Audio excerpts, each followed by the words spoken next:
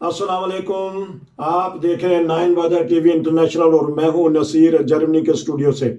नाजरीन, 2-4 दिन पहले हमने एक प्रोग्राम नशर किया था अली भाई के साथ। उन्होंने बताया था कि 11 अक्टूबर के बाद अखराजात खुद बर्दाश्त करना पड़ेंगे कोरोना के बारे में। जो कोरोना के टेस्ट हैं, शनेल टेस्ट जिसको फौरी टेस्ट कहते हैं, और जो ये वैक्सीन का सिस्टम है, क्योंकि बहुत सारी हमने देखा है कि जर्मन फैमिलियों ने भी और जो हमारे गैर मुल्की हैं वो भी इस तरफ तवज्जो नहीं दे रहे। अफगानी भी इसमें शामिल हैं, पाकिस्तानी भी शामिल हैं। उनसे जब बात होती है तो वो नहीं लगवा रहे वैक्सीन। तो उस वक्त हमने थोड़ी खबर दी थी। आज हम तफसील से इस प्रोग्राम में डिस्कस करेंगे। बड़ा अहम प्रोग्राम है, मालूमात आपको देंगे कि कोरोना की कैसी पोजीशन है, और ये ख़ास तौर पे जो टेस्ट के जो हैं ये करना है। और एक और चीज़ कि जो हुकूमत से हेल्प लेते हैं वो क्या करेंगे, किस तरह टेस्ट के पैसे ये देंगे या वैक्सीन वगैरह के, उनको क्या करना चाहिए। जी अस्सलाम वालेकुम। वालेकुम अस्सलाम। बहुत शुक्रिया, आपने बताया था हमें। हम चाहते हैं कि थोड़ी सी और तफसील से लोगों को बता दिया जाए, आगाही दे दी जाए, क्योंकि बहुत सारे हमारे नाजरीन जर्मनी में रहते हैं और अगर दूसरे ममालिक में भी हो सकता है ये कानून हो जाए। और ये हुकूमत क्या चाहती है, ये तो इंतखाब हो रहे हैं, तो हुकूमत और इसका क्या, अदारे का क्या ताल्लुक है, तो ये भी बता दीजिएगा कि जो हमारा गेज़ुंडर्टसामट है वो इंडिपेंडेंट है, यानी महकमा सेहत, उसका ताल्लुक है इस इंतखाबात से या नहीं। जी बताइएगा। प्रोग्राम क्योंकि कोरोना टेस्ट के मुतालिक है तो इसमें जो कानून साजी करनी होती है वो पार्लियामेंट ने करनी होती है, और हुकूमत को पार्लियामेंट ने ये जो है वो यानी तरमीम के तहत इख्तियारात दिए हैं कि वो मुख्तलिफ कवानीन जो है वो बना सकती है। जी तो अब तमाम फैसले जो है वो हुकूमत और जो हुकूमती इत्तेहादी पार्टीज हैं और अपोजिशन पार्टी, उनसे मिलकर एक मुसवदा सामने लाया जाता है, जी और जो कानून या फिर रूल्स कह लें बना दिए जाते हैं। तमाम अदारे जो है, मुल्क के अदारे नहीं, जर्मनी में उसके पाबंद होते हैं। जी तो अब जो कोरोना टेस्ट के मुतालिक जो है वो ये है कि 11 अक्टूबर तक ये जो है वो फ्री इसलिए होगा कि ताकि हुकूमत को उसमें मंशा ये थी कि अगर ये फ्री ना रखा जाएगा कीमत, तो लोग टेस्ट भी करवाएंगे, और जिसको कोरोना वायरस का मर्ज होगा या वायरस होगा वो फिर आम लोगों से मिलेगा तो वायरस ज्यादा फैलेगा। जी उसके फैलाव को रोकने के लिए इन्होंने फिर जो टेस्ट था वो फ्री रखा था, जी और उसकी कीमत जो है वो मुख्तलिफ करंटन कासे और हुकूमती अदारे उनकी हेल्प के जरिए जो है अखराजात पूरे किए जाते थे। ठीक।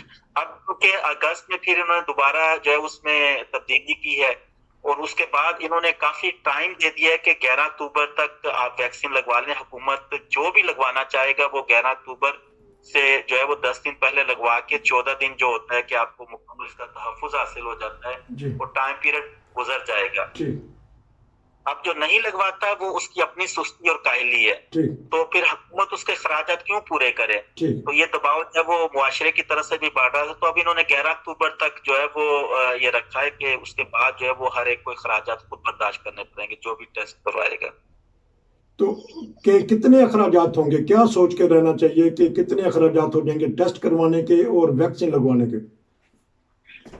वैक्सीन तो जो है वो हुकूमत की तरफ से मुकम्मल फ्री है, और उसके लिए आपको ज्यादा लंबा इंतजार भी नहीं करना पड़ेगा। जो अगर कल भी लगवाना चाहे तो जो मुख्तलिफ इम्स सेंटरों में जी मराकज हैं जहाँ पे ये वैक्सीन लगवाई जा रही, वो भी आपको किसी तरमीम की जरूरत नहीं है। जी आपके फैमिली डॉक्टर्स भी लगा सकते हैं। ठीक। जहाँ तक फीस का ताल्लुक है, यानी वो जो टेस्ट है, ये 2 तरह के टेस्ट होते हैं। एक एंटीजन शनेल टेस्ट होता है, तो इसकी कीमत जो है वो 15 यूरो से लेके 50 यूरो तक है, यानी मुख्तलिफ जो ये सर्विस फराहम करते हैं उनके अपने रेट हैं। अच्छा। और एक पीसीआर टेस्ट है, ये इसकी कीमत जो है वो तकरीबन 60 यूरो से जो है वो 100 यूरो के दरमियान। अब इन दोनों के दरमियान फर्क ये है कि एंटीजन शनेल टेस्ट है जो है वो आम जिस तरह ये टेंट लगाकर बैठे होते हैं, जी वो तिब्बी अमला जरूरी नहीं हो, वो कोई भी बैठे होते हैं, वो टेस्ट शनेल टेस्ट यानी जो रिपोर्ट आती है सामने वो टेस्ट है वो आपको बता ठीक देते हैं ठीक ठीक। और या लिख के दे देते हैं। तो जो पीसीआर टेस्ट है वो लेबोरेटरीज में भेजा जाता है, और वो जो मेडिकल का शोबा है, तिब्बी अमला जो है वो करते हैं, जी और वो ज्यादा काबिल कबूल होता है। जी और अब ये एक फर्क ये भी कर रहे हैं कि जो यानी शनेल टेस्ट 11 अक्टूबर के बाद अगर आप कहीं पे जाते हैं जहाँ पे टेस्ट आपसे मांगा जाता है, जी तो ज्यादातर जो है वो पीसीआर पीसीआर टेस्ट, उसके लिए आपको मजबूर करेंगे कि आप वो टेस्ट लेकर आए। जी अगर आप शेल टेस्ट भी लेकर जाते हैं तो वो भी हो सकता है काबिल कबूल ना हो। जी लेकिन ये जो शराइत है, ये जिस जिस जहाँ पे आप जा रहे हैं उनकी शराइत होंगी कि आया वो स्नेल टेस्ट काबिल कबूल है या वो आपसे सिर्फ पीसीआर टेस्ट मंगवा रहे हैं। तो ज्यादातर जो होगा वो पीसीआर टेस्ट मंगवाया जाएगा और ये आपके लिए काफी महंगा होगा। तो ये जो जिन्होंने 2 वैक्सीन का कोर्स मुकम्मल कर लिया है, तो बाज़ दफ़ा अदारे या बाज़ दफ़ा कम्युनिटी वाले कह देते हैं कि आप टेस्ट भी लेके आए, कोरोना टेस्ट, या कहीं जाएं जहां आप काम करने जा रहे हैं वो भी कहते हैं कि कोरोना टेस्ट लेके आए। जी इसमें नॉर्मली तो फॉलो करना चाहिए सबको, जो हुकूमती कवानीन हैं, जो जी हुकूमती रूल्स हैं, जी वो बहुत सोच समझ कर बनाए जाते हैं। वो मुकामी सतह पर भी होते हैं, यानी जो सूबाई हुकूमतें हैं, फिर आपकी जो शहरी इंतजामिया है, वो आपको गाइडलाइन देती हैं। जी हम उन पे पाबंद हैं। ये ऐसा नहीं कि हम अपने जो है वो रूल्स मुकर्रर करें और उससे बढ़कर जो है वो शहरियों के लिए तंगी और मुश्किल पैदा करें। जी लेकिन ये बात सूरतों में इस तरह होता है कि आप आज ऐसे इलाकों से आए हो, यानी आप छुट्टियां मनाकर जहाँ पे ये वबा बहुत ज्यादा हो, जी जी जी तो उसमें फिर पास जो है वो अपने लिहाज से ये स्नेल टेस्ट वगैरह या पीसीआर टेस्ट फिर भी मंगवाते हैं। लेकिन नॉर्मली जिनको वैक्सीन लग चुकी हो, तमाम हुकूमतें ज्यादातर उनको इससे जो है वो फ्री करार दे रही। बल्कि अगर एक महदूद तादाद भी हो कि इतने अफराद जो है वो इसमें शामिल हो सकते हैं, 2000 या 30,000, जी तो उसमें जो है वो जिनको वैक्सीन लग चुकी हो उनको भी काउंट नहीं किया जाता, यानी वो उनको तहफ्फुज होता है। ठीक तो इसके अलावा लेकिन बहरहाल उनसे नहीं मांगना चाहिए लेकिन आखिरी फैसला फिर जिनका होता है, वो अगर एक्स्ट्रा ये मांगते हैं तो वो फिर आप और उनके दरमियान होता है। लेकिन जो चीज हुकूमत ने पाबंद नहीं की हुई, हमें या किसी को उस पर पाबंद भी नहीं करना चाहिए, सहूलत पैदा करनी चाहिए एक दूसरे के लिए। अच्छा, मेरा ये सवाल इसलिए हुआ था कि बहुत सारे काम के इदारे जो हैं वो मांग लेते हैं कि प्राइवेट फर्म है, वो कहते हैं कि नहीं जी आपके ठीक है वैक्सीन लग गई है, हमें तो आपका कोरोना टेस्ट चाहिए, जो 11 अक्टूबर के बाद जिसने अब काम भी नहीं वो करता, उसने काम ढूंढना भी है, तो फिर वो क्या करेगा? उसमें नॉर्मली तो वो नहीं ऐसा, यानी जिसको वैक्सीन लग चुकी है जी उसको एक तरह का तहफ्फुज हासिल है। ठीक अगर उस बाद भी कोई डिमांड करता है तो वो फिर उसके खराजात वो खुद अदा करेगा, यानी वो हुकूमत की तरफ से मजबूर नहीं, क्योंकि हुकूमत ने आपको जो है वो एक छूट दे दी हुई कि आपने वैक्सीन लगवानी है, आपने वैक्सीन लगवा ली है, आपने अपना वो फरीजा अदा कर दिया है। ठीक अब वो आपके हाथ में नहीं कि आप जो ताउन कर सकते थे वैक्सीन लगवाकर आपने वो ताउन कर दिया है। जी अगर मेरी या किसी अदारे या किसी की अक्सर डिमांड होती है, जी वो फिर वो जिम्मेदार है इन ममालिक में कि जी वो जो उसके खराजात होते हैं वो उसकी जो है वो जिम्मेदारी भी जो है वो माली वो उठाए और बोझ वही जो पेमेंट करे। एक सवाल और है कि बहुत सारे लोग यहाँ जर्मनी में कि वो हेल्प लेते हैं हुकूमत से, वो एक मामूली हेल्प है, तो अगर वो उनको टेस्ट करवाना पड़ा, अगर किसी ने वैक्सीन नहीं लगवाई या कोरोना टेस्ट नहीं करवाया, तो फिर 11 अक्टूबर के बाद, क्योंकि पहले तो ये सिस्टम था कि वो जो हुकूमत है उनके पैसे हेल्प दे देती थी, तो फिर ये पैसे उनको खुद अपनी जेब से देने पड़ेंगे क्योंकि यह हुकूमत कोई ख़ास इसके लिए कोई तरीक़ेकार निकालेगी जो काम नहीं करते, जिनको हुकूमत हेल्प दे रही है। जी हाँ जी, मैं आपका मतलब समझ गया। जो जॉब सेंटर या कम आमदनी वाले हैं, ये मेरा ख्याल है गलत फहमी हो रही है। जो आम आपके पास अखराजात होते हैं वो हुकूमत ने उसको छूट दी होती है, लेकिन उसको कानूनी तहफ़्फ़ुज़ होता है। जी टेलीविजन लाइसेंस है या बाज और हैं, जी वहां पे आपको छूट दी हुई। ये जो टेस्ट है, ये कोरोना टेस्ट, ये आपकी अपनी, इसमें सबसे बढ़कर ताउन आपने अपने साथ करना था। ठीक ठीक यानी हुकूमत जो है वो तमाम शहरियों को ये सहूलत दे चुकी है कि आप वैक्सीन लगवाएं, और 11 अक्टूबर तक जो भी वैक्सीन लगवाना चाहता था उसे वैक्सीन लग चुकी होती है। जी अब क्योंकि ये कमी आपकी तरफ से रही है, ये कोताही आपकी तरफ से हुई है, ठीक और इसका बराह रास्त जॉब सेंटर या किसी भी अदारे से ताल्लुक नहीं है। ठीक और 11 अक्टूबर तक हुकूमत ने इसलिए अखराजात पे किए कि ताकि वो ये कोरोना के लोग अगर टेस्ट करवाएंगे तो ज्यादा फैलेगा नहीं, वक्त पे जो है वो अंदाजा हो जाएगा कि फलान इंसान को जब वो कोरोना है वो क्वारंटाइन हो जाएगा। लेकिन ठीक। उसके बाद अगर कोई भी आपसे जो है वो ये तलब करता है तो ये फिर आपका अपना मसला है, माली तौर पर भी। ठीक यानी वो जो मैं पहली बात बताई कि अगर कोई अदारा आपसे मांगता है, यानी अगर आप कहीं काम पे जाते हैं, वो एक अलग चीज है। लेकिन ये अगर आप किसी फ्री जगह पे या किसी क्लब वगैरह में जाते हैं या किसी तकरीब में शामिल होने के लिए, और ये फिर आपको जो है वो खुद अदा करना पड़ेगा। यानी जो स्नेल टेस्ट अगर वो मंगवाते हैं या पीसीआर टेस्ट, उसकी कीमत आपने खुद अदा करनी, क्योंकि जो वैक्सीन लगवाने की हुकूमती सहूलत से आपने फायदा नहीं उठाया और वरना आपको ये जरूरत ना रहती। तो इसलिए आप खुद इसके जिम्मेदार हैं और आप खुद अखराजात जो है वो अदा करेंगे, और इसका बराह रास्त जॉब सेंटर से कुछ भी ताल्लुक नहीं है। अच्छा, एक और सवाल पैदा हो जाता है, आपने अच्छी तरह बता दिया।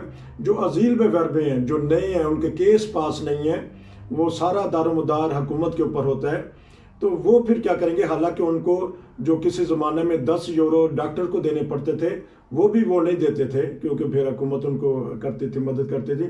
उनके बारे में क्या खबर है?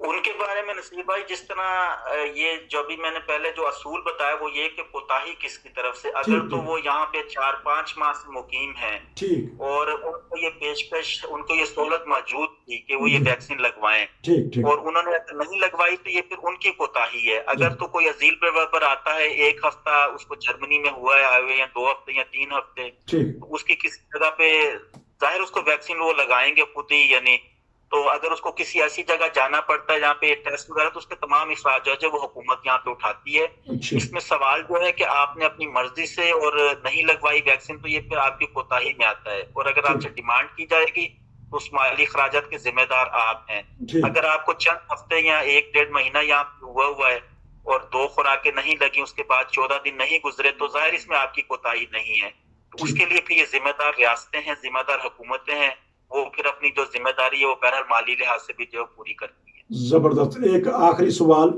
कि बहुत बहुत सारे लोग बैरून मुल्क जाना चाहते हैं या बैरून मुल्क से जर्मनी आना चाहते हैं। अभी हमारे एक दोस्त इंग्लैंड गए थे पिछले हफ्ते, तो वहां जाके उन्होंने बॉर्डर पुलिस ने या इमिग्रेशन ने रोक लिया कि नहीं, आप ये टेस्ट करवाएं। तो ये कहाँ से अच्छी मालूमात मिल सकती हैं? क्योंकि वहां जब बॉर्डर पे चला जाता है फिर बंदा मजबूर होता है, ना वापस आ सकता है। वो इंग्लैंड जा रहे थे, फिर उनको फिर अपनी तरफ से अखराजात देने पड़े, कुछ खास टेस्ट करवाना चाहते थे।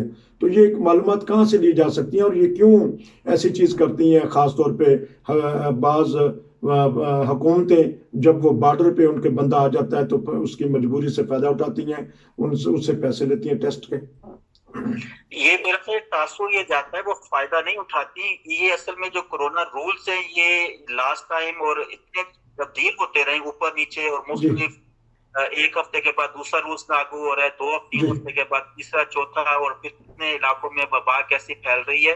तो ये जो इंस्ट्रक्शन है इमिग्रेशन को या बॉर्डर पुलिस को या हुकूमती जो कानून होते हैं, जो रूल्स होते हैं, ये कि आप किस मुल्क से आ रहे हैं, वहां पे वबा बहुत ज्यादा है, मुख्तलिफ ममालिक के बारे में जो मुख्तलिफ कवानीन लागू होते हैं, तो वो सब उस कवानीन की पासदारी करते हैं जो हुकूमत की तरफ से उनको जो है वो लागू किए जाते हैं।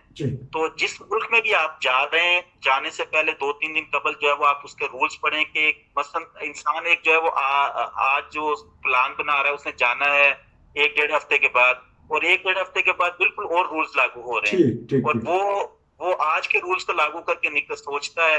तो आप जाने से पहले देखें कि आपका टाइम पीरियड कब है जाने का, उस वक्त हुकूमती रूल्स क्या लागू हो रहे हैं, आप किस इलाके से जा रहे हैं, आप किस मुल्क से जा रहे हैं, उस मुल्क के कौन से कवानीन जो है वो रूल्स लागू हो रहे हैं। तो ये आगाही जो है वो बहरहाल आपने खुद हासिल करनी है। अगर आपके इल्म में नहीं है तो आपके इलाके में जो साहिब राय या कवानीन रूल से वाकिफ लोग हैं उनसे मशवरा कर लें, वो आपको जो है बेहतर मशवरा, यानी ये डिपेंड करता है किस इलाके, किस मुल्क, कहाँ से आप जा रहे हैं, कौन सी शख्सियत किस तरह, उस पर बहुत ज्यादा डिपेंड करता है।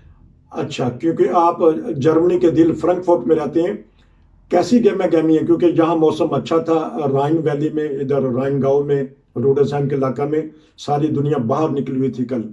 तो कैसा है काम टैक्सियों का, कैसा है काम गैस्ट्रोनोमी का, होटलिंग का, कैसे हैं लोग? क्योंकि कल मौसम अच्छा था, चहलकदमी कर रहे हैं, और रशिया साहिल वगैरह पे, क्योंकि आप फ्रैंकफर्ट को अच्छी तरह जानते हैं, फिर इसके बाद आपसे इजाजत लेंगे। जी, मैं फ्रैंकफर्ट में ही मुकीम हूँ, और फ्रैंकफर्ट के भी दिल यानी बड़े हैं मिलाकर सैक्सनहाउज़न में। तो यहाँ पर जो है वो तमाम रौनकें लौट आई हैं, ना सिर्फ अब बल्कि 1-1.5 माह से जिंदगी जो नॉर्मल हो चुकी है, बावजूद के फ्रैंकफर्ट में जो इंसिडेंट्स है वो काफी बुलंद रहा, 170 तक।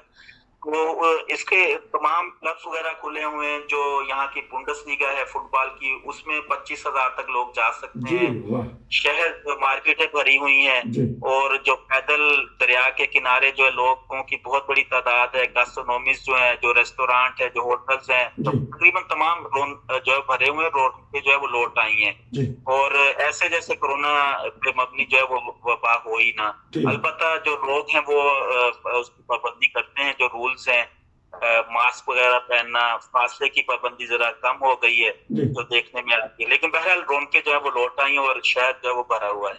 तो आसमान जो है वो जहाज़ों से भरा हुआ है कि नहीं? क्योंकि 2 साल से हम तरस गए थे कि जहाज़ों की आवाज़ नहीं आती, लेकिन अब पता लगता है कि हमारे क्योंकि जो रूट होता है वो हमारे राइन गांव से होता है, राइन वैली से। तो कैसा है फ्रैंकफर्ट में, जहाज़ों से फिर आसमान भरा हुआ है? फ्रैंकफर्ट में ये है कि बहुत फ्लाइटें यानी कम हो गई थी ये जो कोरोना वबा के दरमियान। और फिर उन्होंने यहाँ तक के टर्मिनल, 2 टर्मिनल हैं, तीसरा टर्मिनल बन रहा है, लेकिन इस वक्त 2 टर्मिनल, एक टर्मिनल 1 और 2। तो टर्मिनल 2 उन्होंने मुकम्मल तौर पर बंद कर दिया था। अब जो है वो 2 जून से उन्होंने टर्मिनल 2 भी खोल दिया। उसका मतलब कि फ्लाइटें जो है वो ज्यादा आना शुरू हो गई है। तो फ्लाइटें अब जो है, अब हम इस वक्त सितंबर में हैं, तो तकरीबन नॉर्मल हो चुकी है फिजाई सफर और फ्लाइटों का आना जाना। और आपने पहले टैक्सी का भी पूछा, तो टैक्सी में जो है वो उनका भी काम बहुत अच्छी तरह वैसे ही चल रहा है जैसे कोरोना से पहले। 10% फर्क होगा, लेकिन अब ज्यादा फर्क नहीं रहा। और पहले अगर आप अंदाजा लगाना चाहें, जो टैक्सी ड्राइवर्स यानी एयरपोर्ट पर एक ट्रिप करने के लिए लगते थे लाइन के अंदर, तो उनको 12-12 घंटे लग रहे थे। अच्छा। और बास 1 दिन से भी ज्यादा लग रहा था। तो ये वाकयात होते रहे। तो अब जो है उनका नॉर्मली यानी 1-1.5 घंटे में जो है वो ट्रिप हो रहा है। यानी इससे भी आप अंदाजा लगा सकते हैं कि जहाज और फिर जो मुसाफिर हैं वो भी काफी आ रहे हैं। और जो है वो टैक्सी भी जो है ट्रिप, जिस तरह मैंने बताया 1-1.5 घंटा, वो नॉर्मल हो चुके हालात। अच्छा, टैक्सी में चले बात आपने की कि ड्राइवर के लिए और सवारी के लिए टैक्स वो मास्क फर्ज है या अब कुछ नरमी हुई है? मास्क पहनना अभी तक जरूरी है जहां भी आप ट्रांसपोर्ट वगैरह में, क्योंकि टैक्सी भी ट्रांसपोर्ट में ही आती है। तो बास ने वो एक शील्ड सी होती है तहफ्फुज़ के लिए, एक शील्ड होती दरमियान में, वो लगाई हुई है। लेकिन बहरहाल उसके बावजूद भी एक अच्छा असर जाता है कि एक टैक्सी ड्राइवर जो है वो गेस्ट के इत्मीनान के लिए जो है वो मास्क लगाए। और ऐसे भी जो यानी ट्रांसपोर्ट है उसमें ये लगवाना जरूरी है। बहुत शुक्रिया। जर्मनी की फ्रैंकफर्ट की रौनकें बढ़ गई हैं, आ गई हैं। मौसम भी अच्छा था कल का, और यकीनन 1 हफ्ता 10 दिन और मौसम अच्छा रहेगा। नाजरीन, ये था बहुत ही मालूमाती प्रोग्राम कोरोना के बारे में। अगर आपने अभी तक वैक्सीन नहीं लगवाई या आपने टेस्ट नहीं करवाया, 11 अक्टूबर से पहले कर दीजिएगा, नहीं तो अखराजात खुद बर्दाश्त करने पड़ेंगे। अली भाई, आपका बहुत शुक्रिया। इंशाल्लाह फिर आपसे मुलाकात होगी। अस्सलाम वालेकुम रहमतुल्लाह।